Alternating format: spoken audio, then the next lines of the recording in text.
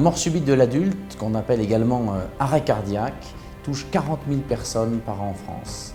Ça touche des sujets relativement jeunes et dans plus d'un cas sur deux, la personne ne savait pas qu'elle avait un problème cardiovasculaire. La cause de cette mort subite est cardiovasculaire dans à peu près 90% des cas. Et dans 80% des cas, il s'agit d'un infarctus du myocarde qui se complique immédiatement d'une accélération brutale du cœur, qu'on appelle fibrillation ventriculaire. Le taux de survie ne dépasse pas 3% en France.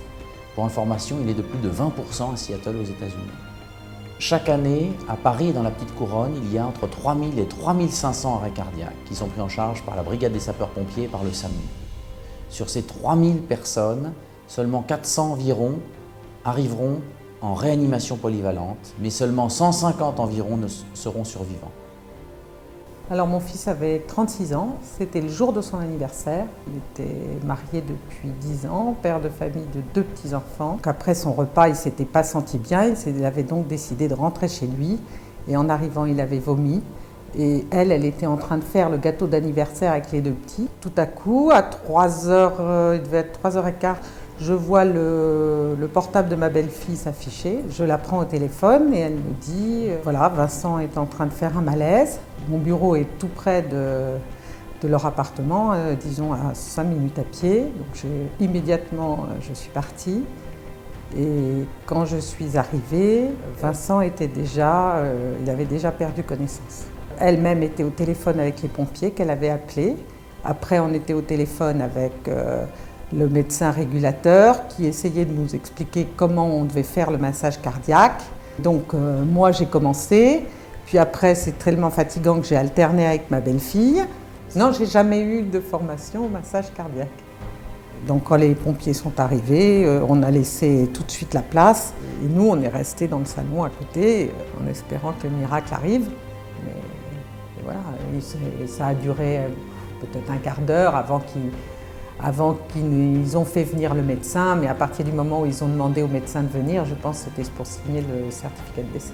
Et puis après, vous savez, c'est l'enchaînement, on téléphone aux pompes funèbres et pour qu'ils viennent préparer la personne pour qu'on puisse la voir. Les pompiers quittent les lieux, le médecin reste et après, c'est l'entreprise de pompes funèbres qui prend le relais. Rien ne pouvait aller mieux que leur vie en ce moment, quoi. C'est ça qui était fou, quoi. Et le soir, il n'y avait plus rien. Ouais. Le soir, c'est fini. Le soir, la vie change, quoi. Et ce jour-là, j'étais avec mon club de VTT dans les bois de la vallée de Chevreuse. Et après une sortie d'une bonne 50aine de kilomètres, assez sportive quand même, je suis rentré chez moi. Je ne suis pas repassé par le club avec les amis. Donc j'ai pris une petite portion de route de 1 kilomètre qui me ramène à mon domicile. Donc là, le blackout, je suis tombé sur la route, donc le cœur s'est arrêté. Je saurai après que c'était une fibrillation ventriculaire. C'était une départementale, donc avec la circulation le dimanche matin.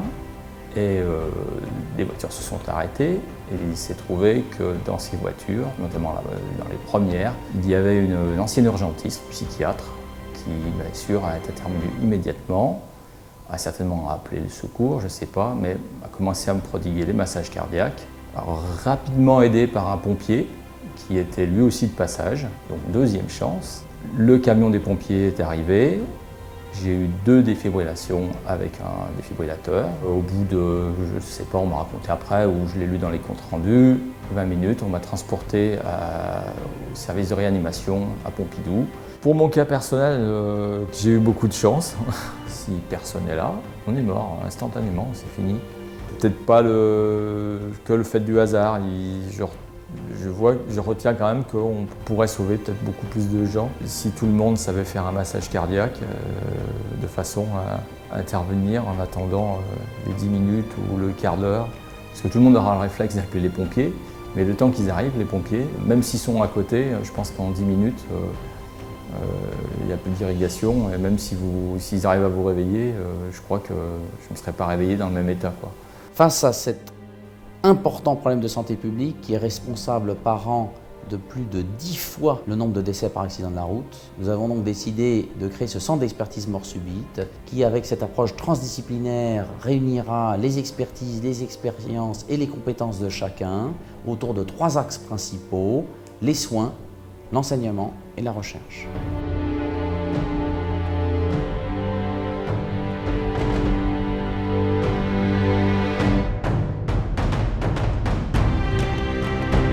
Il s'agit d'apprendre le massage cardiaque, d'apprendre aux témoins à effectuer un massage cardiaque, de diffuser plus largement les défibrillateurs semi-automatiques dans les lieux publics notamment, et puis d'identifier précocement les sujets à risque.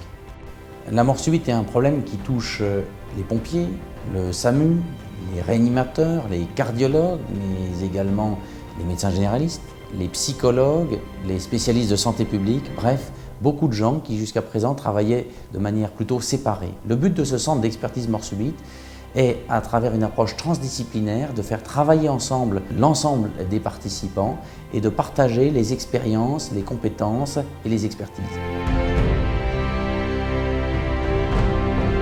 Nous recevons au centre d'expertise mort subite, quasiment heure par heure, les sorties des pompiers et du SAMU pour chaque arrêt cardiaque qui survient sur Paris et Petite Couronne, c'est-à-dire 200 à 300 cas par mois. On suit ces cas, on suit les survivants qui sont hospitalisés en réanimation polyvalente, on essaye de contacter les familles et on suit les survivants dans les services de cardiologie.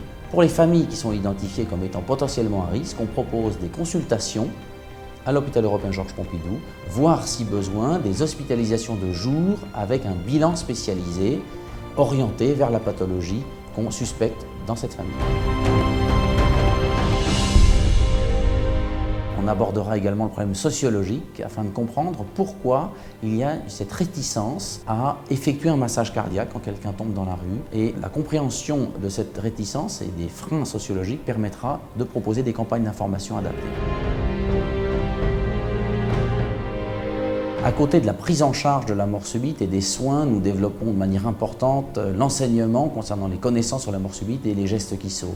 À ce titre, nous avons rendu obligatoire l'enseignement des gestes qui sauvent en première année d'études de médecine, kinésithérapie, dentiste et pharmacie à la faculté de médecine Paris-Descartes. Et notamment, au sein de cette même faculté, nous enseignons aux futurs profs de gym, dans les écoles de profs de gym, les STAPS, à devenir eux-mêmes formateurs afin qu'ils puissent former les collégiens dans les différents lycées dans lesquels ils seront en poste ultérieurement.